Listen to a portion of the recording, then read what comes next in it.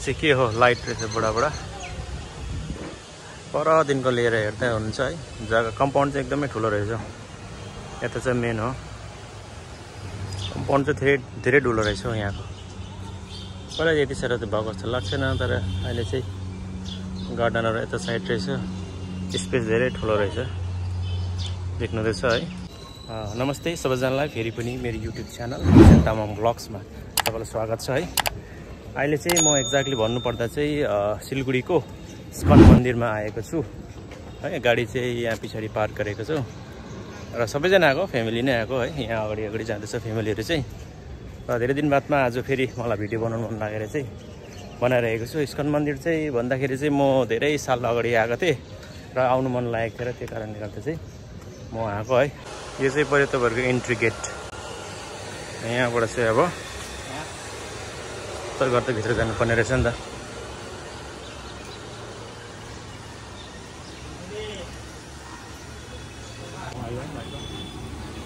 यो चाहिँ हात धुने जग्गा रहेछ।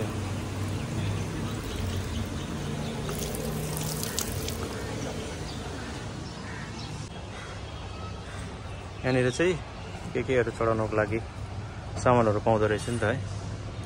यहाँ चाहिँ किन्दैछौँ अहिले हामी।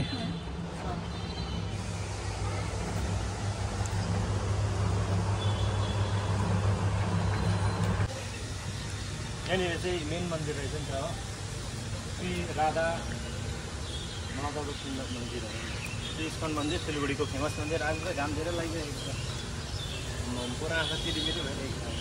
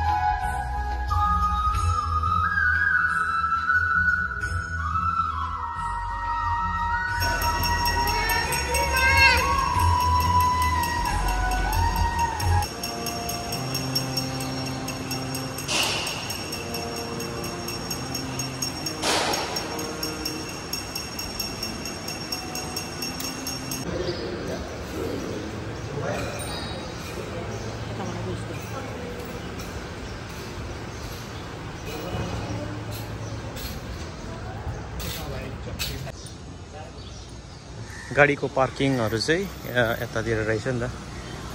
गाडी चाहिँ हामीले उपर राखेको छौँ है। गाडीको पार्किङको जग्गा पनि एकदमै ठुलो रहेछ। चार्ज पनि नलिँदो रहेछ है। त्यसले गर्दा चाहिँ एकदम राम्रो सुविधा चाहिँ यहाँ चाहिँ दिँदो रहेछ। आज चाहिँ धेरै दिन साल बादमा है इस्कन मन्दिर घुम्ने इच्छा थियो र आजको इच्छा चाहिँ पुरा भयो है। जग्गा चाहिँ एकदमै कम्पाउन्ड पुरा स्पेसियस के छ यता देख्दा देख्नुहुँदैछ है। यहाँतिर एकदम जग्गा गार्डन मजाको बनाएको रहेछ। घाम चाहिँ तर पुरा लागिरहेको छ आज क्या। घाम लागेर चाहिँ गरम भइरहेको छ। हिजोसम्म त पानी परिरहेको थियो है। ठिकै छ आज आउने मौका पाइयो। त्यतातिर हेर्ने कति मजाले बनाएको रहेछ। कति मजाले बनाइदिएको रहेछ है। यहाँतिर हेर्नु अब चाहिँ हामी पूजासुजा गऱ्यौँ है। घुमघाम गऱ्यौँ। अब चाहिँ हामी बाहिर निक्लिरहेको छौँ। तातोले गर्दा चाहिँ पुरा तातिरहेको रहेछ। चिया अब केहरू खानुपर्ने चाहिँ यहाँनिर रहेछ नि त।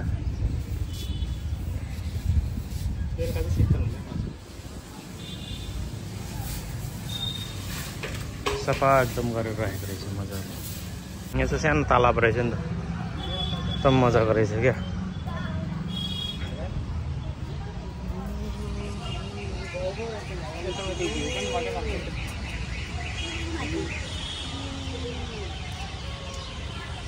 यहाँबाट चाहिँ फोटोहरू खिच्यो भने मजाको आउँदो रहेछ क्या। प्रवेश त कहाँ छैन त मनायो पुरा एकदमै रथ भएको चाहिँ मजाको रहेछ।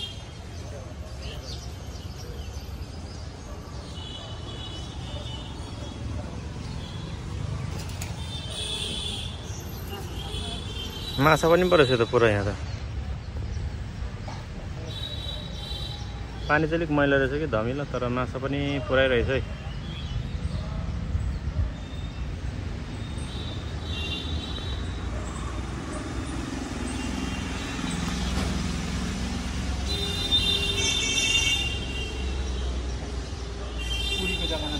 जगन्नाथ मन्दिर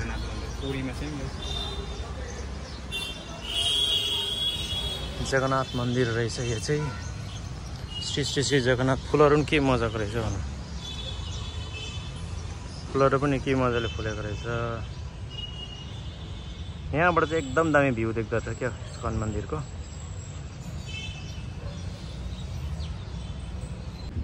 सो फाइनल्ली अहिले चाहिँ हामी इस्कन मन्दिर है घुमेर चाहिँ बाहिर निक्लिसकेको छौँ। गरम चाहिँ अलिकति धेरै नै छ है। अब चाहिँ हामी डाइरेक्ट घरतर्फ लाग्यो। धेरै दिनको आज आउने इच्छा थियो, त्यो चाहिँ पूर्ण भयो। अब चाहिँ हामी यसरी नै घर गइरहेको छौँ। गाडी चाहिँ यहाँनिर छ पछाडि है।